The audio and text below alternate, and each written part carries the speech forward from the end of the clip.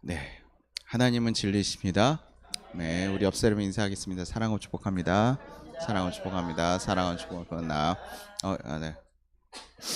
네. 코만 이상한 게 아니라 저 손도 이상하네요. 그죠? 네. 오늘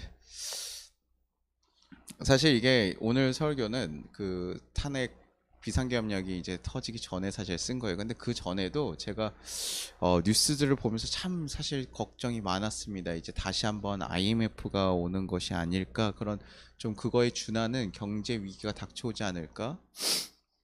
지금 벌써 미국 트럼프 대통령이 나오고, 그리고 이제 금리를 낮추면서 이런 그 증상들이 사실은 거의 없거든요. 경제 성장률도 거의 떨어지게 지금 낮게 잡아놓고 이런 일들이 거의 없어서 지금 굉장히 사실 위험하고, 다른데 파업도 많이 일어나고 막 여러 가지, 그런 데다 뭐 동국대 막 이런 여러 가지 그 여대나 이런 데도 그런 사건들도 많고, 막 되게 사실은 야, 이게 어떻게 사회가 이렇게 갈까 싶을 정도로 좀 걱정되는, 자영업자들의 비명들, 막 우리 철강 사업들 무너지고 막 이런 여러 가지 사건들이 너무나 많아서 참 많이 걱정되는 시기였습니다. 그런데 이번 주에는 뭐 더 이제 생각하기도 힘들었던 비상계엄령이라는 좀 두려운 일까지 터지면서 지금 이제 다음 주까지 대통령이 이제 어떻게 될지 사실은 향방을 알 수 없는, 내일 또 어떤 그런 일들이 있어서 주일날엔 또 어떤 모습으로 저희가 어떤 내용을 가지고 설교를 하게 될지 모르겠어요. 그러면서 우리가 지금 시대는 참 기도가 필요한 시기구나라는 생각을 하게 됩니다. 뭐 외부적으로도, 또 우리 가정의 내부적인 상황들로도 사실은 경제가 어렵다는 건 우리 가정들에게 직감적으로 다 영향을 끼치게 되거든요.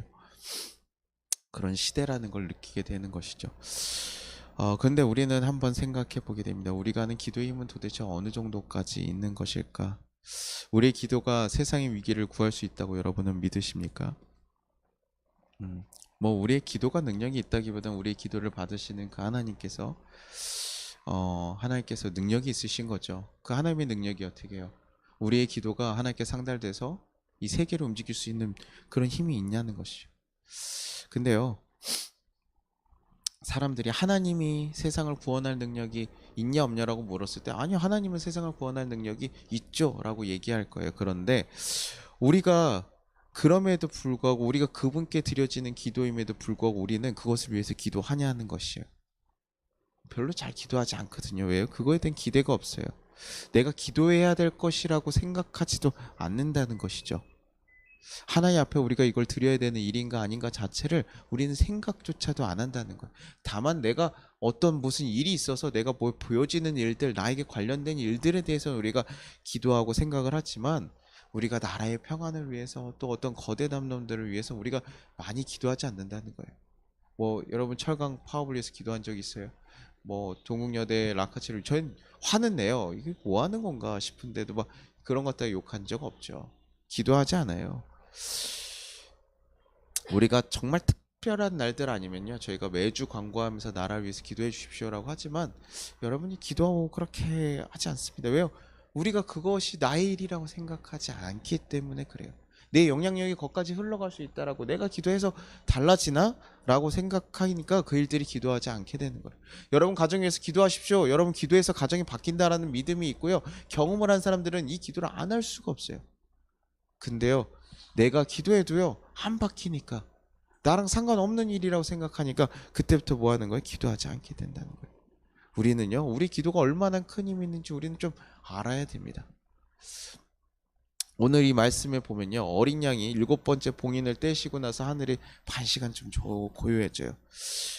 요한계시록에 사실 7개의 심판들이 이렇게 3가지 종류가 나오는데, 첫 번째는 7가지 인과, 또 7번째 나팔에 대한 심판, 7가지 또 대질 심판이 있어요. 오늘은 7가지 인을 떼고 나서 그 나팔이 시도하는 그 중간 사이에 있는 부분이거든요.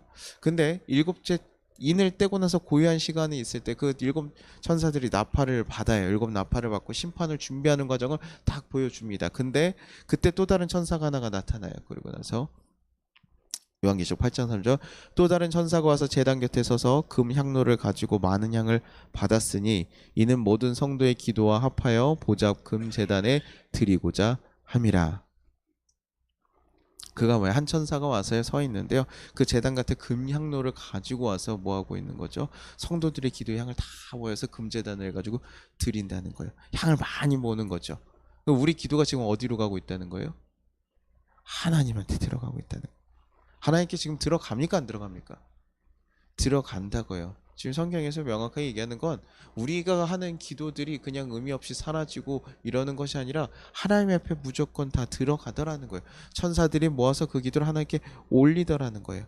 그리고 나서요, 그 제단불에 가득 채워지고 나서 그것을 뭐예요? 땅에 던지니까 그때 천둥과 지진과 요란상 딱 그 소리가 다 일어나면서 일곱 번째 천사가 일곱 번째 나팔을 딱 불기 시작하면서 제단 그 일곱 시 심판이 임하는 장면이 시작하는 거예요. 그러니까요, 이 기도라는 것이 뭐예요? 일곱 번째 그 나팔 그걸 시작하는 그 과정이 필수적인 요소라는 거죠.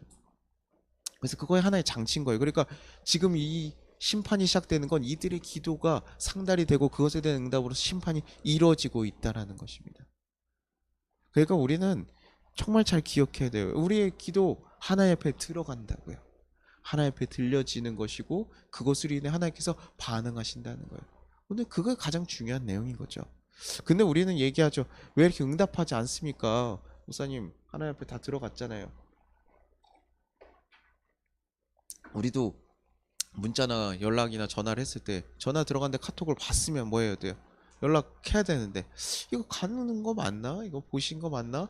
답이 안 오니까 본 건가 아닌가? 그래도 요즘에 카톡은 1이라도 사라지는데 옛날에 문자 보냈을 때 어때요? 그냥 하염없이 기다리는 거죠. 전화를 하고 나서 뭐 언제 만나 그러고 옛날 분들 그냥 하염없이 기다리잖아요.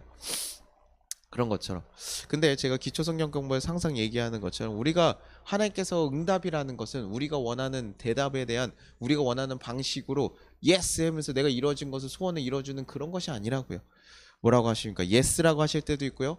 아니에요. No. 안 돼. 이거 안 된다고 얘기할 때도 있고요. 야, 기다려. 라고 얘기할 때도 있고요. 수정해. 노티피케이션 이렇게 수정해. 이거 아니야. 라고 얘기하실 때도 있다라는 거예요. 다른 길을 준비하시면서 하는 것도 있죠. 그런데 또 아예 안 들으시는 기도도 있죠. 들을 필요가 없는 얘기예요. 우리도 누군가 대화할 때요. 뭐 들어야 될 이야기가 있고 듣지 않아야 될 이야기도 있죠. 교만한 마음으로 기도하는 거, 두 마음을 품고 기도하는 것들, 정욕을 위해서 기도하는 것들, 입술로만 우리가 실행이나 그런 삶이 전혀 없이 입술로만 기도하는 것들에서도 하나님께서 듣지 않겠다는 거예요. 의미 없는 얘기예요. 제가 세계 제일의 카사노바가 되고 싶습니다. 주님, 내가 정말 이 세상에 가장 유명한 카사노바가 되게 해주십시오. 하나님께 들으실 필요가 있어요, 없어요? 딱히 없는 거죠. 이거 그 대꾸할 필요도 있습니까, 없습니까? 그러니 아예 응답할 필요도 없고 이거는 천사들이 모을 때도 필요한 얘기입니까, 아닙니까? 그냥 의미 없는 얘기들인 거죠. 그 기도 아마 담지도 않을 거예요. 그러면 어떻습니까? 어떤 기도를 해야 하나님께서 들으실까요? 깨끗한 마음으로 하는 기도, 감사한 마음으로 하는 기도, 회개하는 마음으로 하는 기도, 진심을 담은 기도, 인내하면서 우리가 상황과 인내하면서 하는 기도, 하나님께 영광을 올려드리면서 하는 기도, 이런 것들을 하나님께서 듣고 나서 야, 주님의 영광, 하나님 이 나라를 새롭게 바꿔서 하나님 들어주십시오. 분명히 하나님 뜻을 위한 것인데 하나님 보시기엔 아직 아니야. 그러면 다르게 또 얘기하시고 바꿔줄 수 있는 거죠.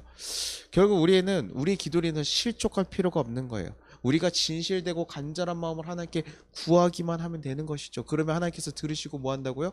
응답하신다는 것입니다. 하나님께서 우리 기도를 절대 무시하시는 것이 아니라는 거죠. 사무엘상 3장 19절에 사무엘이 자라면 여호와께서 그와 함께 해서 그의 말이 하나도 땅에 떨어지지 않게 하시니 라고 했어요. 우리의 기도가요 하나도 땅에 떨어지지 않도록 하나님께서 이끄신다고. 왜요? 하나님 마음에 흡족하게 살아가는 자들 그들의 말을요 신경 쓰는 거죠. 우리가 사랑하는 이들이 갑자기 저희 어머니가 제가 집에 있다가 아우 닭도리탕 먹고 싶어 이러면 뭐합니까? 어머니가 그거 듣고 계시다가 그 다음에 그것을 사오거나 준비해 주신다고요. 지나가다가 사랑하는 여인이 저거 너무 저 반지 너무 좋다 저 옷 너무 이쁘다 그러면 뭐예요? 보통 정말 사랑하는 사람들 위해서 그거 어떻게 해야 됩니까? 나중에 몰래 가서라도 그거 살려고 이렇게 막 해가지고 하잖아요. 그게 뭐예요? 그냥 아무나 그런 얘기했다고 들어주는 게 아니라 그의 마음에 합한 자들의 그 기도, 그 말씀에 대해서 하나님께서요 1.1핵도 떨어지지 않게 하신다는 거예요. 우리가 주님의 뜻대로 기도를 하지 못할 뿐인 것이죠. 그러니요 우리가 기도한다는 게 얼마나 큰 일이고 얼마나 큰 유익입니까? 우리의 기도를 분명히 들으신다. 그것을 잊지 마셔야 된다.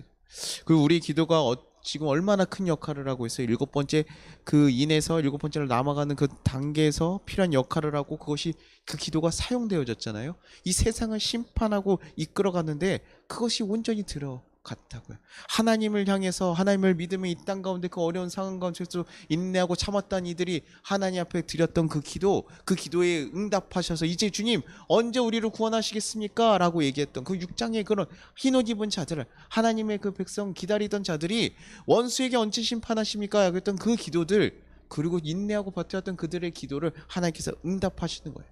일곱 번째 나팔로요. 모든 결정은 그래도요 마지막에 누가 하셔요?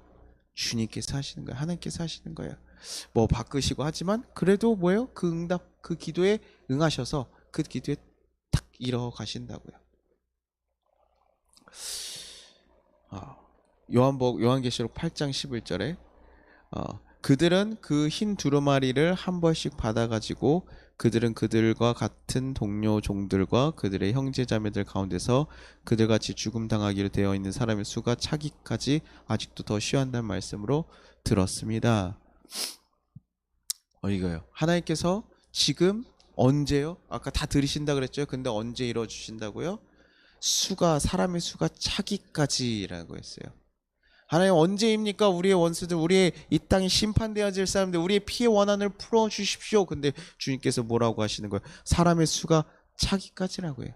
그게 뭐야? 하나님께서 보시기에 가장 적절한 때를 보시고 응답하시겠다는 거예요. 그 기도가 지금 8장에서 이루어지고 있는 거예요.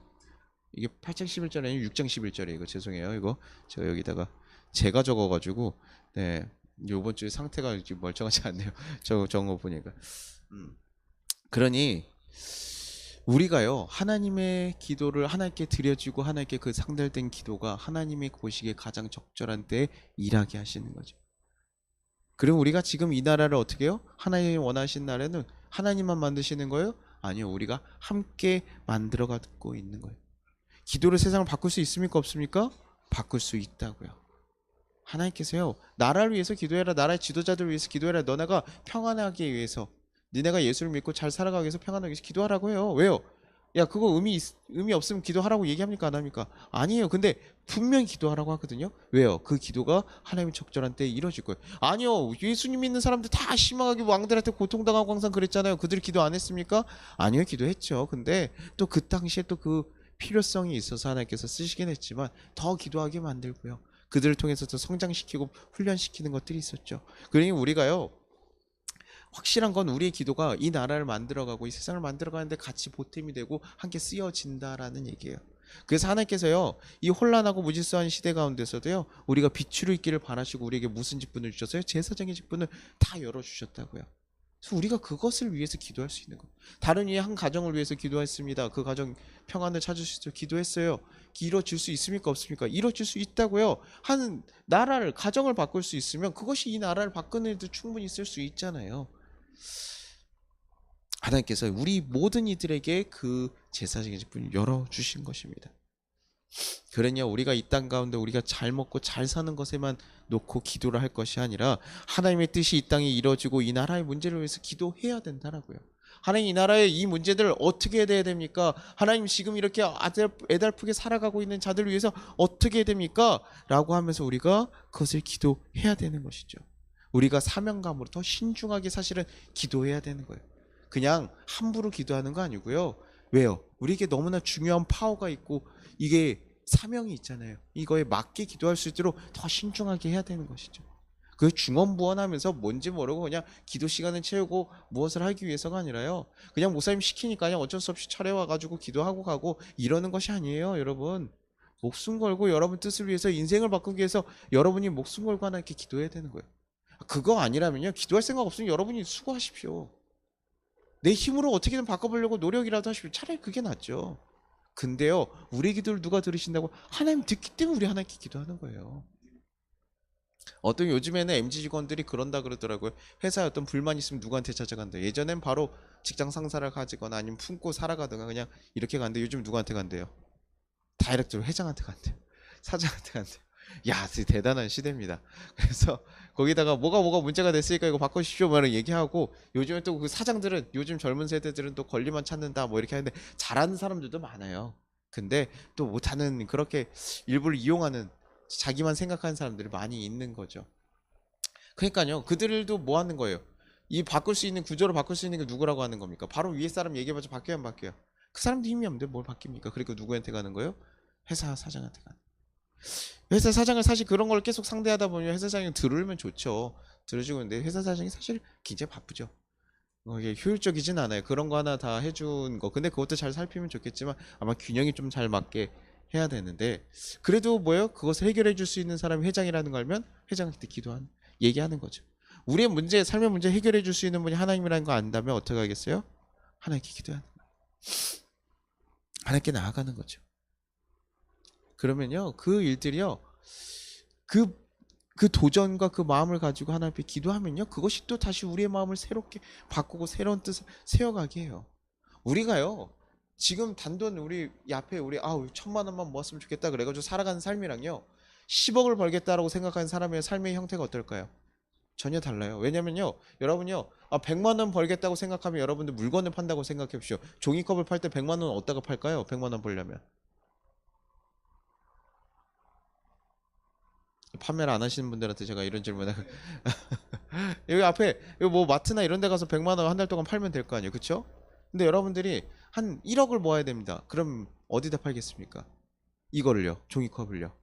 종이컵을 납품하는 업체를 만들어 가지고 도매를 이렇게 보내야겠죠. 근데 여러분이 한 100억을 벌어야 돼요. 목표가요. 그럼 어디다 갈까요?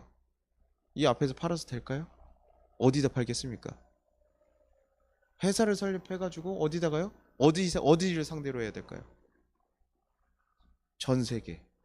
세계를 상대로 하겠죠. 그 아마존이나 뭐 이런 거 열어가지고 그런 거를 팔겠죠. 그쵸? 자기가 생각하는 것에 따라서 자기가 행동하는 것 자체가 아예 달라진다는 얘기입니다. 우리가 어떤 마음을 품고 무엇을 하느냐에 따라 우리의 기도가 달라지는 거예요.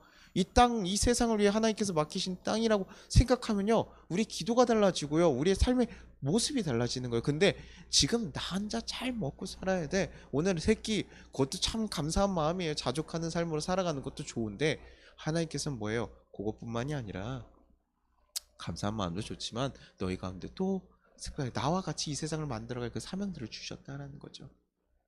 여러분들이 그 사명을 가지고요, 여러분이 할 수 있는 것들을 더 하셔야 됩니다. 그렇다고 해서 여러분에게 뭐 지금 세상을 품으십시오, 뭐 요한 웨슬리처럼 세상이 나의 교구다 이러면서 막 하는 거, 유튜브 자체가 제가 뭐 성도님들 더 많이 막 하기 위해서 하는 게 아니잖아요. 뭐 누군가 언젠가 누군가에게 흘러갈 수 있는 그런 귀한 거였으면 좋겠고, 뭐 제가 또 부족하니까 더 그게 잘 될까 걱정도 되지만, 제가 하는 건 제가 그런 마음을 품고 그런 기도를 해야 되며 그런 일들을 해야 되는 것이죠.